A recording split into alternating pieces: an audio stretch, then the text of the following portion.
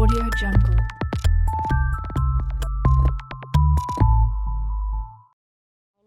Gente, boa tarde.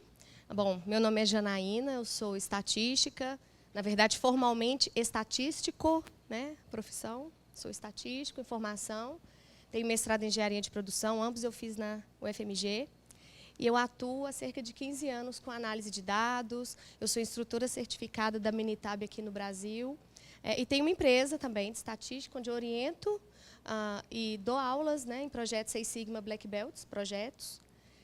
E agora, também nessa nova era, eu trouxe essa apresentação para vocês, para contextualizar como está o estatístico e a estatística em si, hoje nessa era de Big Data e cientistas de dados.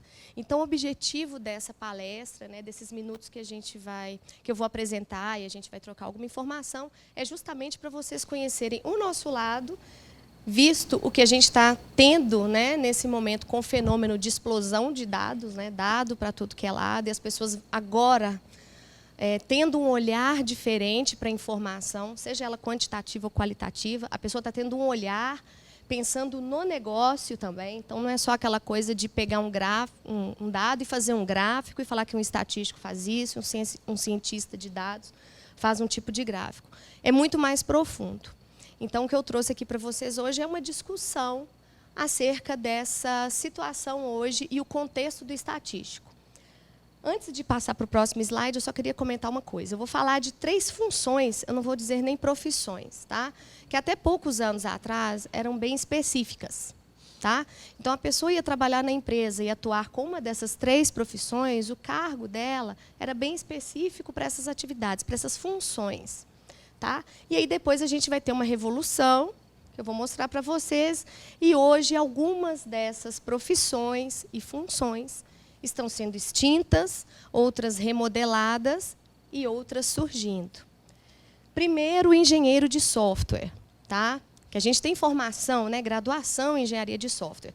Basicamente, não vou discutir o detalhe, mas o que um engenheiro de software é esperado que ele faça? Ele vai desenvolver sistema para coletar e processar dados, ou seja, toda aquela estrutura de software que você precisa para receber a informação. Esse era o papel do engenheiro de software. O engenheiro de dados seria subsequente ao engenheiro de software. O papel dele já seria pegar esse dado bruto, que foi armazenado pelo engenheiro de software, e transformar, entre aspas, né, num formato que permitisse a sua análise, independente da quantidade e do tipo de informação. O estatístico, bem no básico, o papel do estatístico sempre foi, desde o primeiro dia de aula da graduação, relatar seus insights, usando as suas habilidades na coleta, análise e interpretação de dados. Então, desde o primeiro dia de aula da formação de um estudante em estatística, ele aprende a pegar dados e transformar aqueles dados, em fazer história com aqueles dados, seja por meio gráfico, seja por tabela, seja através de um relatório que vem baseado em dados. Então, até pouco tempo atrás, essas 3, não vou dizer profissões, mas funções nas empresas, era muito bem específico. O que aconteceu? Olha o nosso contexto. Isso é de 2019, esse infográfico. Talvez vocês já conheçam. Mais de 1 milhão de cliques no Facebook a cada 60 segundos. 342 rolagens de tela, 342 mil rolagens de tela por segundo no Instagram. Quase 90 mil tweets. Ou seja, o que está acontecendo nessa era que a gente está vivendo? A gente está conseguindo não só criar mais dados, como armazenar essa quantidade gigantesca de dados e conseguir extrair dessa base para poder armazenar. Então, a gente tem o que a gente chama hoje de Big Data. A gente tem uma explosão de dados. Dados, dados e dados, do jeito que você quiser, seja estruturado ou não. Ou seja, hoje em dia, os dados não vêm mais aquela planilhinha de Excel, que a gente tem as colunas, as linhas e as células, com as informações redondinhas para você analisar.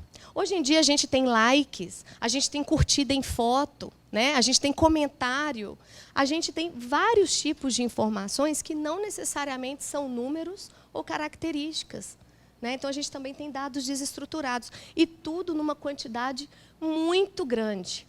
Na verdade, a quantidade de informação ela sempre aconteceu, ela só não era documentada e armazenada. Hoje em dia, a tecnologia está permitindo isso para a gente, né? E mais, além de armazenar, estamos conseguindo analisar. Porém, o que está acontecendo?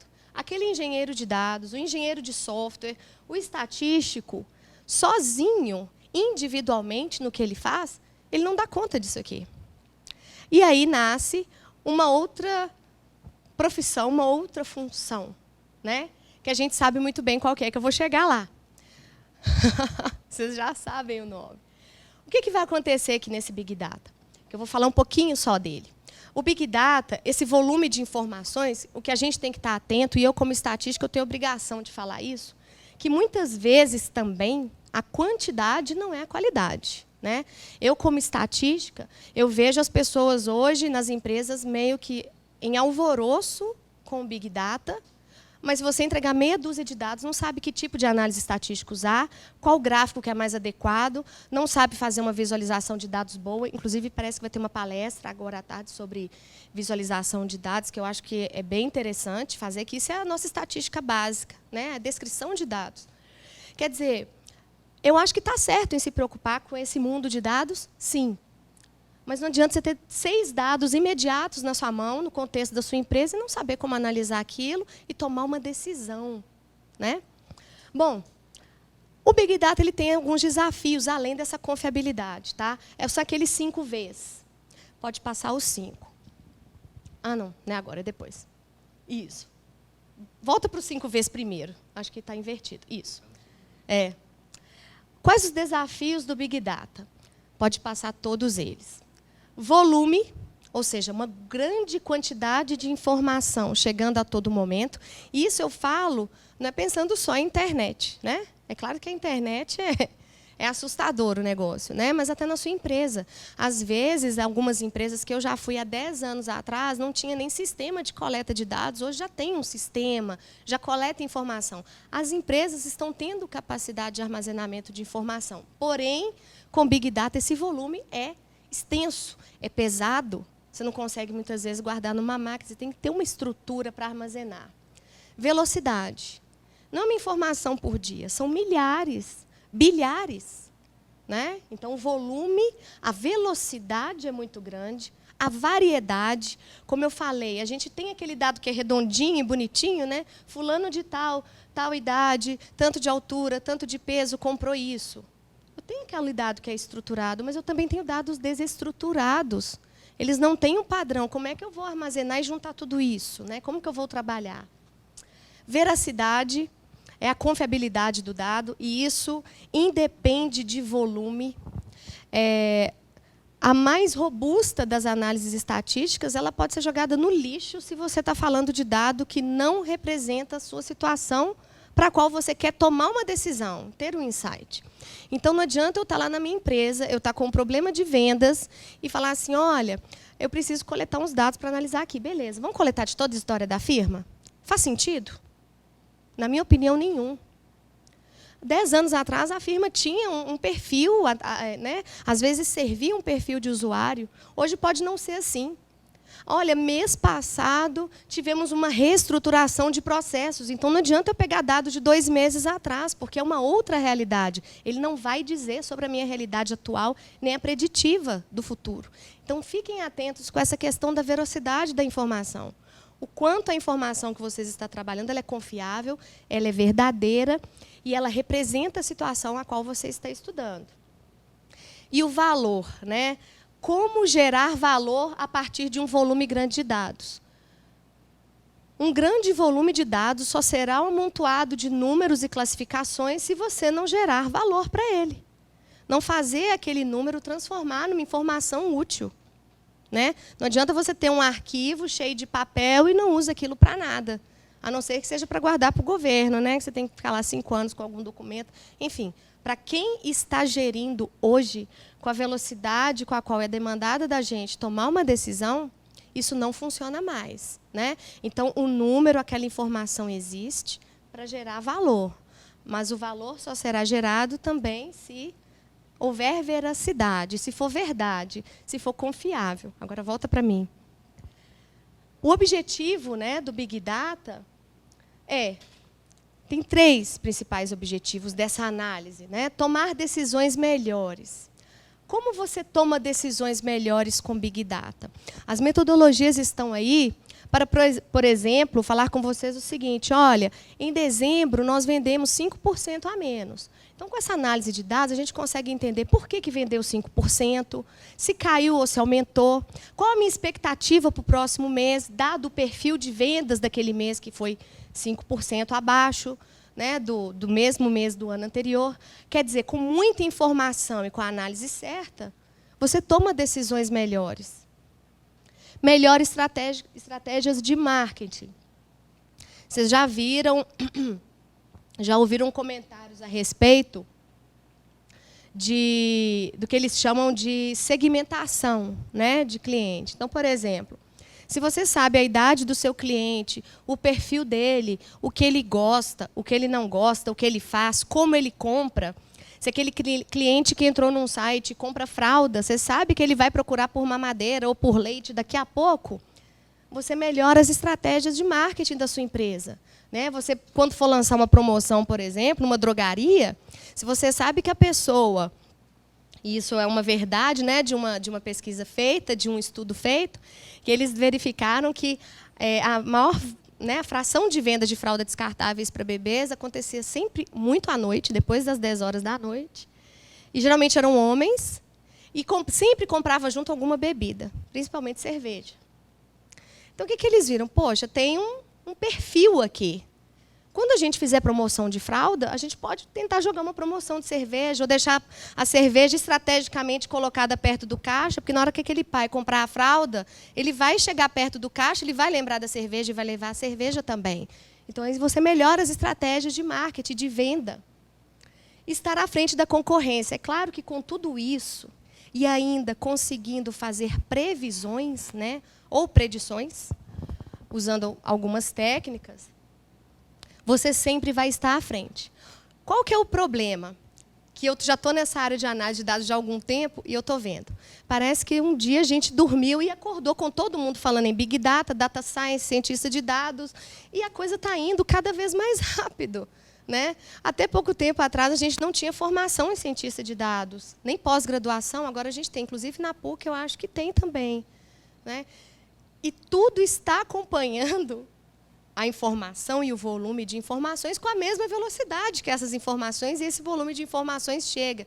Então, estar à frente da concorrência hoje, eu acho que talvez nem tão à frente, mas você não vai sobreviver mais se não tiver uma análise de dados capaz, não souber o que é isso. Tá? Bom, o famoso Analytics, né? Muitos jargões têm sido usados hoje, né, para se falar desse boom que a gente está vivendo. O Analytics é um deles.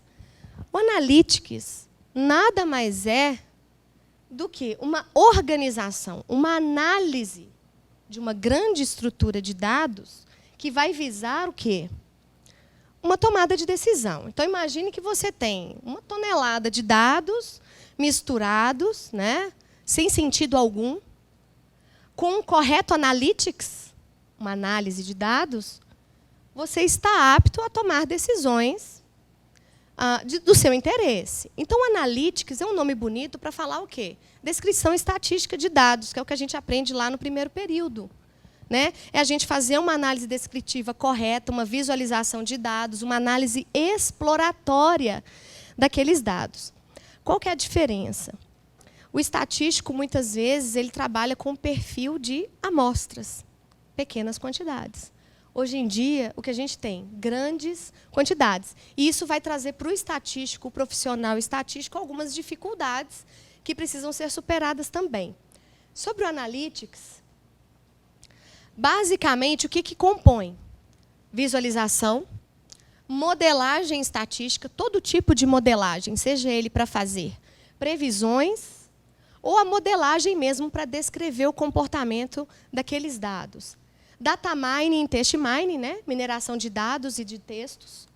Otimização de processos, né? Eu quero saber qual a resistência, qual o percentual de ferro que tem que estar numa liga para ter uma resistência mais alta lá no final. É um estudo estatístico de otimização. DOE, o Design of Experiments, que é o planejamento de experimentos estatísticos. Todas as vezes que um estatístico, né, ele está desenvolvendo um projeto onde ele vai trabalhar com várias variáveis, ele vai controlar o status dessas variáveis visando um objetivo. Né? Se ele quer aumentar a resistência, ele vai tratar lá, olha, eu vou pegar ferro com vários percentuais, ligas com vários percentuais de ferro, eu vou pegar de lugares diferentes, de empresas diferentes, vou pegar outros materiais e vou ver nessa mistura qual me dá a liga com mais alto. Eu faço isso com o DOE. O Analytics é isso. Né? O que acontece é que com grandes bases de dados, muitas, assim, mais de 90% das técnicas mais robustas de estatísticas caem por terra. Por quê? Porque as técnicas estatísticas, elas atendem suposições. Né? Então, muitas dessas suposições são válidas até uma certa quantidade de dados. Muitos dados, por exemplo, quem aqui é da área de exatas e fez algum curso de estatística em algum momento já ouviu falar na distribuição normal. A distribuição normal é uma distribuição estatística que ela é a base para muitos dos testes desenvolvidos. Com Big Data, a normalidade cai por terra, porque a gente sabe que com um volume muito alto de informação, o teste não é significativo. Ou da mesma forma que com um volume muito baixo de dados, com 2, 3, 4, 5 informações apenas, fazer um teste de normalidade, ele fica comprometido. Tá? Então, a gente tem técnicas aproximadas, técnicas que são não paramétricas, né? Essas técnicas que a gente vê de modelos de previsão, no Machine Learning, que faz essas contas, por exemplo, não são técnicas embasadas. O que significa isso? Né? Que está errado. Não são robustas em razão de qualidade por conta dessa variação. Mas é um desafio que eu acho que ainda os estatísticos mais pesquisadores, daqui a um tempo vão existir técnicas tão robustas quanto as que a gente usa hoje para menor quantidade de dados, seja num controle estatístico de processo na empresa, um programa de melhoria contínua, seja aplicáveis a Big Data.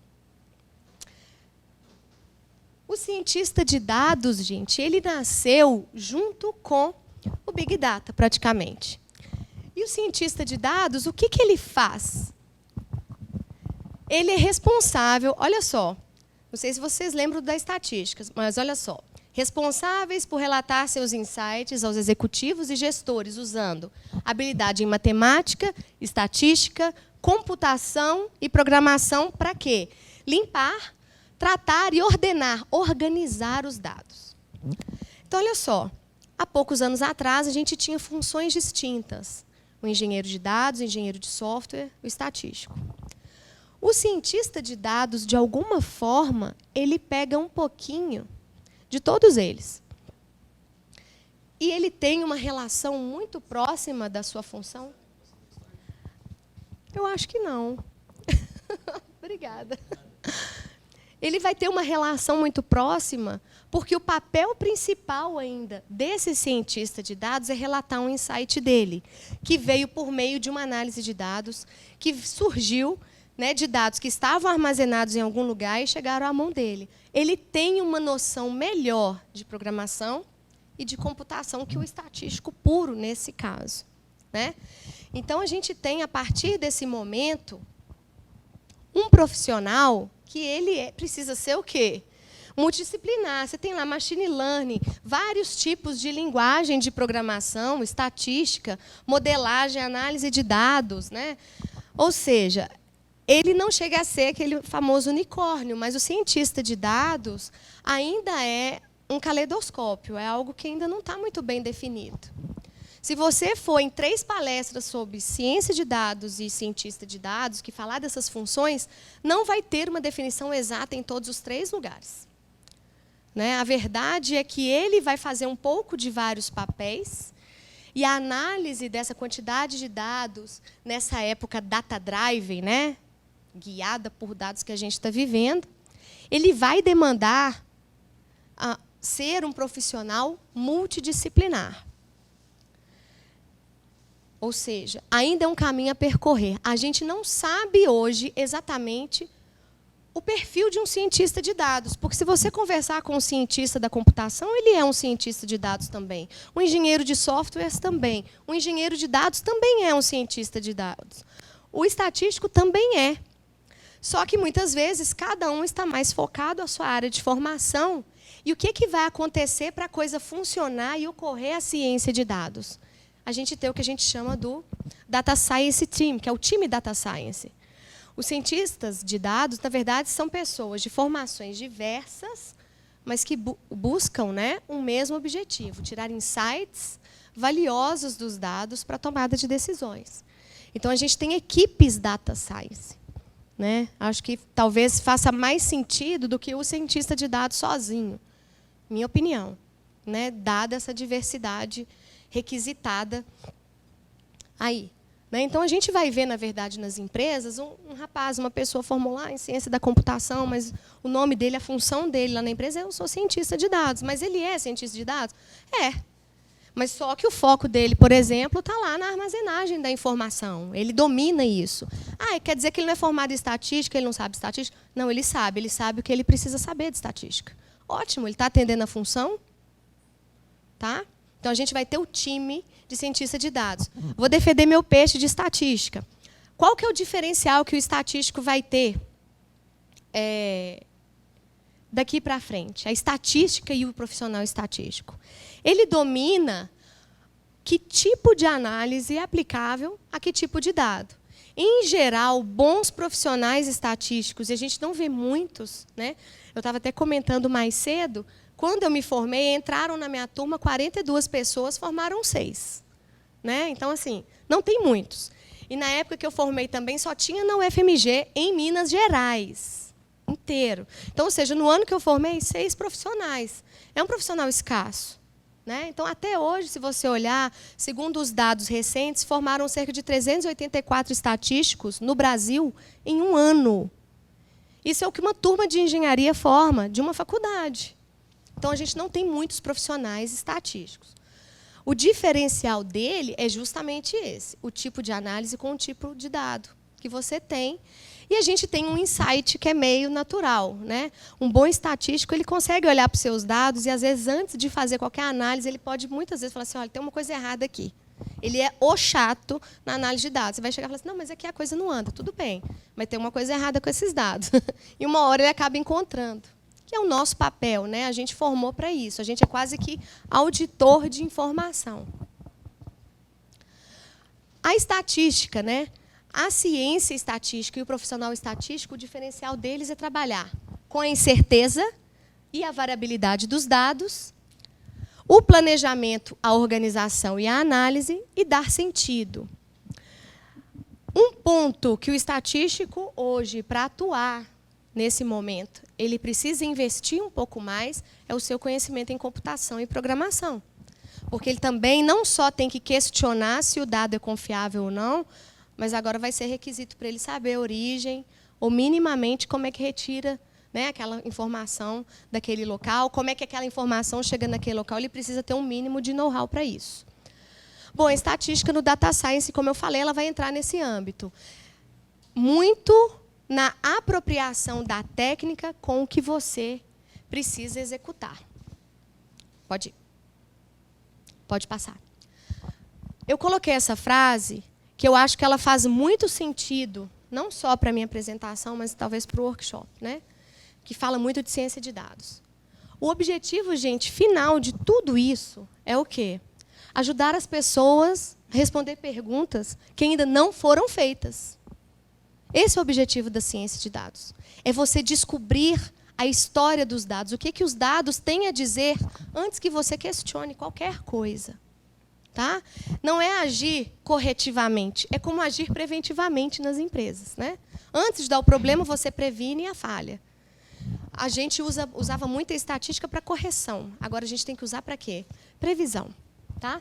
E aqui eu listei 7 pontos que a estatística é bastante usada hoje. Tá?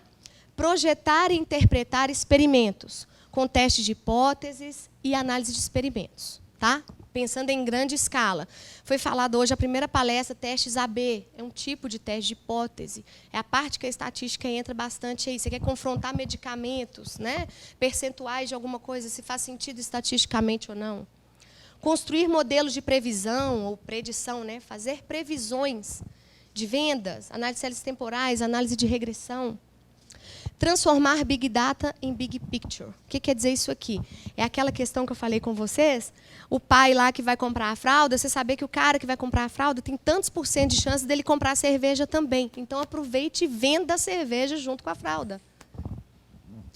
Entender de engajamento, retenção, conversão de clientes, também foi falado na primeira palestra, né? O percentual de cliques. Tem técnicas para isso, né? Inclusive a Bayesiana tem sido bastante usada, que é a número 6.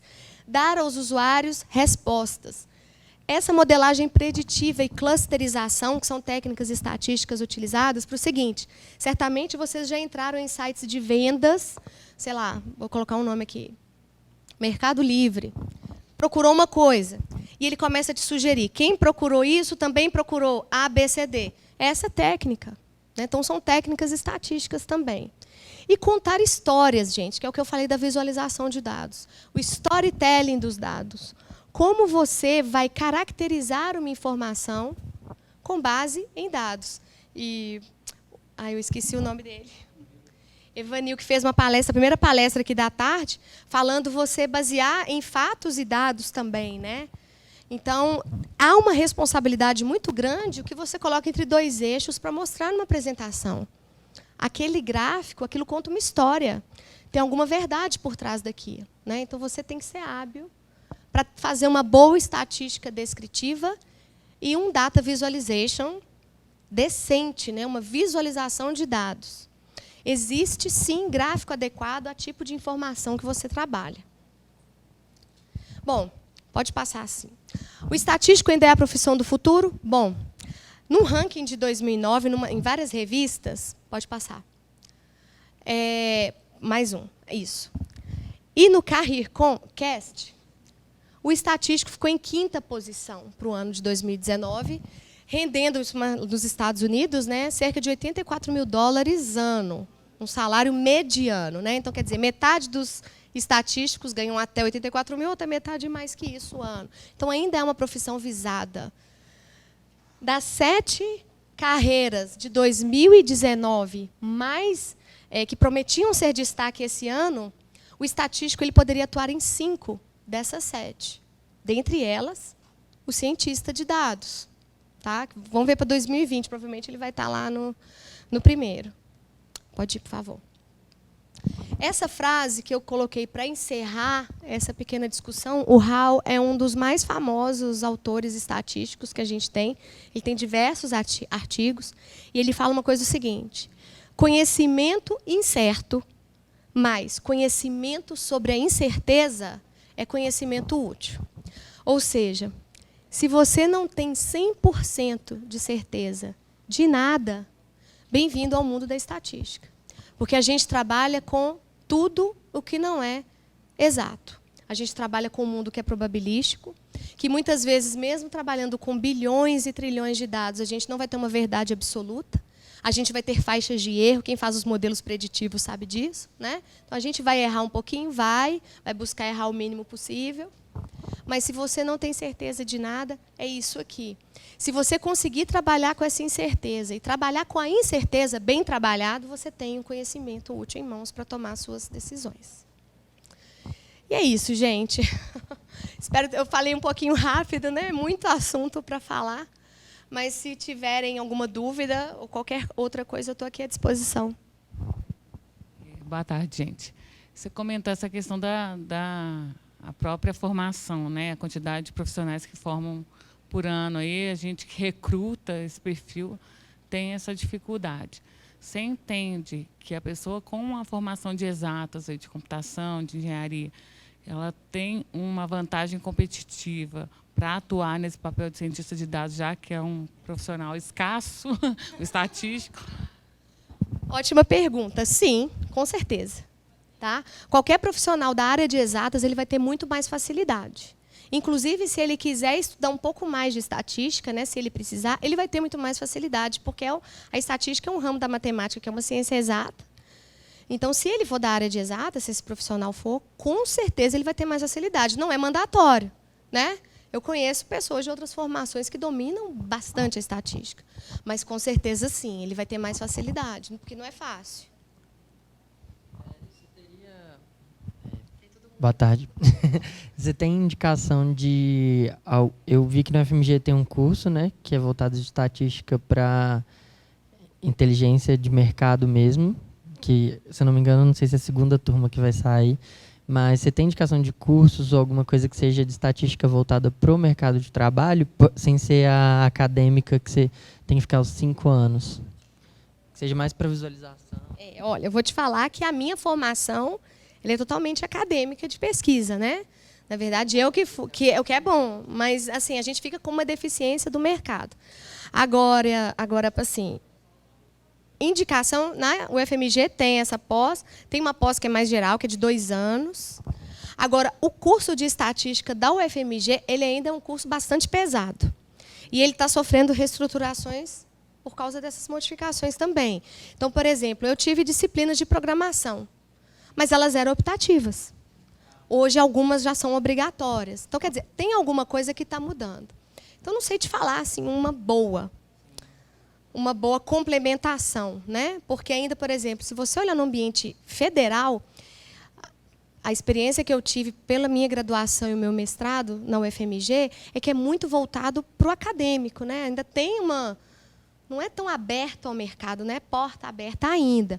Mas se a gente tem a estatística da UFOP, por exemplo, lá tem uma interação melhor com empresas. Então, o aluno lá da estatística, eu vejo que eles estão desenvolvendo mais próximo com a empresa, de empresa júnior, vai, né, nas empresas. Você tem, assim, se você tivesse, qual livro ou qual autor que você indica para quem entender um pouco, né, de estatística mais voltada para esse lance para o mercado de trabalho, não sendo tão acadêmico? A estatística mais aplicada, não sei se você tem. Tenho, e esse livro é unanimidade, é um livro do Douglas Montgomery, que chama Estatística e Probabilidade para Engenheiros. Então, ele é um livro ele é bem robusto, ele tem o que precisa da parte conceitual, ele tem exemplos de várias áreas da engenharia, e ele tem uma linguagem melhor, assim, mais fácil, mais em português, digamos assim, né? Não estatistiquês, para quem não é da área de estatística. Mas ele é probabilidade... Ai, gente, peraí.